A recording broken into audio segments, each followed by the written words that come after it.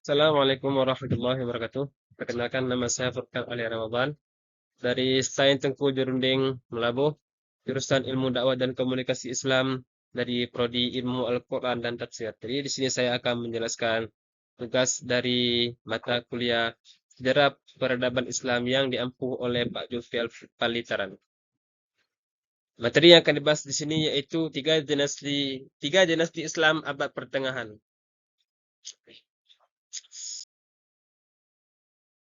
Yang pertama itu ada Kerajaan Turki Utsmani. Poin-poinnya yaitu perluasan wilayah, ada peradaban Islam di Turki, bidang pemerintahan dan militer, kemudian ada bidang kebudayaan, bidang keagamaan, bidang sosial dan ekonomi, kemudian kemunduran Kerajaan Turki Utsmani. Kemudian ada Kerajaan Safawi Persia, asal-usul Kerajaan Safawi, sistem pemerintahan, dan peradaban Kerajaan Safawi, dan kemunduran Kerajaan Safawi. Kemudian ada Kerajaan Mughal India, yang akan dibahas yaitu perkembangan Kerajaan Mughal, strategi pemerintahan, ilmu pengetahuan, kemudian bidang keagamaan dan kemunduran Kerajaan Mughal. Yang pertama kita masuk ke pembahasan perluasan wilayah Konstantinopel.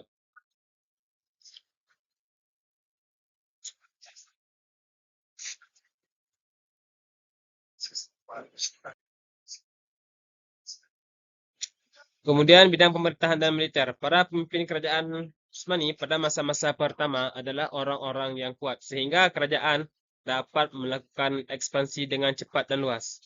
Kekuatan militer kerajaan ini mulai diorganisasi dengan baik dan teratur ketika terjadi konflik senjata dengan Eropa. Pengorganisasian yang baik dan strategi tempur militer Utsmani berlangsung dengan baik. Kemudian bidang kebudayaan, salah seorang penyair Diwan yang paling terkenal adalah Muhammad Asad Effendi yang dikenal dengan Ghalib Dede atau Syah Ghalib 1797 sampai 1799 Masehi. Kemudian bidang sosial dan ekonomi, keberhasilan Turki Utsmani dalam memperluas wilayah kekuasaan dan penataan politik yang rapi berimplikasi pada kemajuan sosial ekonomi negara. Tercatat beberapa kota industri pada waktu itu antara lain Mesir memproduksi kain sutra dan katun, kemudian Anatoli memproduksi bahan tekstil dan wilayah pertanian yang subur. Kemudian ada bidang keagamaan. Dalam tradisi masyarakat Turki, agama merupakan sebuah faktor penting dalam transformasi sosial dan politik seluruh masyarakat. Kemudian kemunduran Kerajaan Turki Utsmani. Kerajaan Turki Utsmani setelah Sultan Sulaiman Al-Qanuni wafat masih tetap kuat, bahkan masih mampu melakukan ekspansi ke beberapa daerah di Eropa Timur.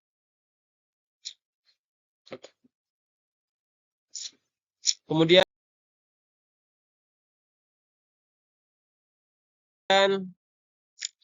kita masuk ke asal-usul Kerajaan Safawi. Kerajaan Safawi berasal dari gerakan sebuah tarekat yang berdiri di Ardabil, sebuah kota di Azerbaijan. Tarekat ini diberi nama Tarekat Safawiyah, didirikan pada waktu yang hampir bersamaan dengan berdirinya Kerajaan Utsmani. Nama Safawiyah diambil dari nama pendirinya, Safi al-Din 1252 sampai 1334 Masehi. Kemudian sistem pemerintahan Kerajaan Safawi, para penguasa Safawi menciptakan sentralisasi kekuatan militer dan administrasi negara dan menciptakan perangkat keagamaan yang akan mendukung kewenangan sah dan elit lokal.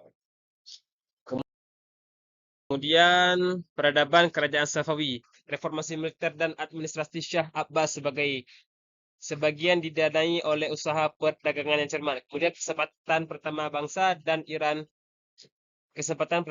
Iran untuk memasuki perdagangan internasional secara langsung berasal dari inisiatif bangsa Inggris. Kemudian prestasi lain dari Safawiyah adalah membangun ibu kota baru yaitu Isfahan. Kemudian kemunduran Kerajaan Safawi. Sepeninggal Abbas I, Kerajaan Safawi berturut-turut diperintah oleh 6 raja yaitu Safi Mirza, ada Tahmasp, ada Raja Sulaiman, kemudian Hussein, ada Tahmasp, kemudian Abbas II. Kemudian masuk ke asal-usul Kerajaan Mughal. India menjadi wilayah Islam pada masa Umayyah yaitu masa Khalifah Al-Walid, lalu penaklukan wilayah ini dilakukan oleh pasukan Umayyah yang dipimpin oleh Panglima Muhammad ibnu Qasim. Kemudian pasukan Ghaznawiyah dipimpin Sultan Mahmud.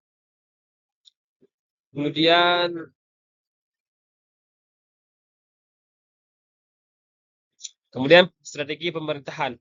Bentuk pemerintahan militeristik itu antara lain sultan adalah penguasa absolut. Pemerintahan daerah dipegang oleh seorang kepala komandan yang disebut Sipah Salar. Sipah Salar. Sedangkan distrik dipercayakan pada pemimpin komandan, yaitu Fauzar. Kemudian sistem perekonomian, stabilitas politik yang berhasil diciptakan Akbar mendukung pencapaian di bidang perekonomian, ilmu pengetahuan, dan peradaban. Pada masa ini dikembangkan penanganan pertanian secara terstruktur. Kemudian bidang seni, kerajaan Mughal yang paling menonjol pada kerajaan ini adalah kemajuan dalam bidang seni syair dan arsitektur sebagai bidang yang mencapai kemajuan yang sangat besar di kerajaan Mughal. Kemudian bidang ilmu pengetahuan tidak mengalami kemajuan, bahkan menurun dibandingkan masa-masa sebelumnya. Dalam bidang ini, umat Islam cenderung taklid pada iman-iman masa klasik. Kalaupun ada ijtihad masa itu lebih al-ijtihad fi al-mazhab, bukan hasil pikiran yang mandiri. Kemudian bidang keagamaan, tahap permulaan Islam di India bersifat politis, yakni tahap penaklukan dan penguasaan dari minoritas.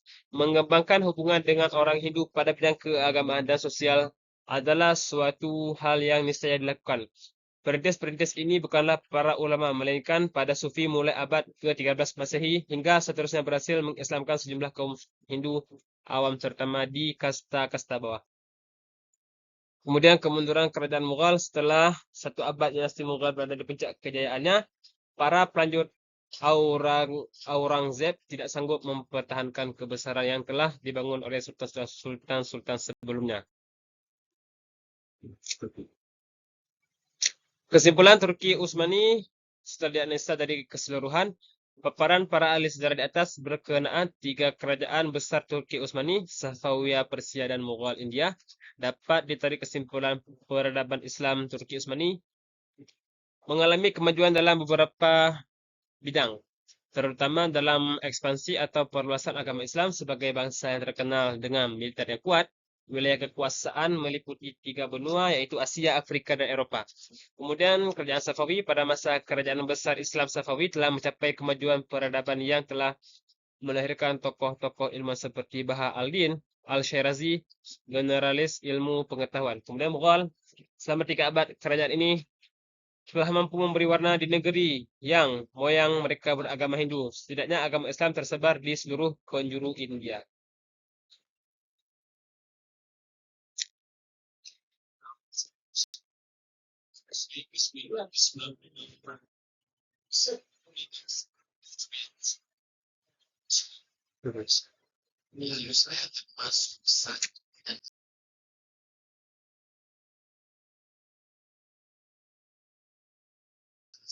Untuk sekian yang dapat saya sampaikan, lebih dan kurang saya mohon maaf.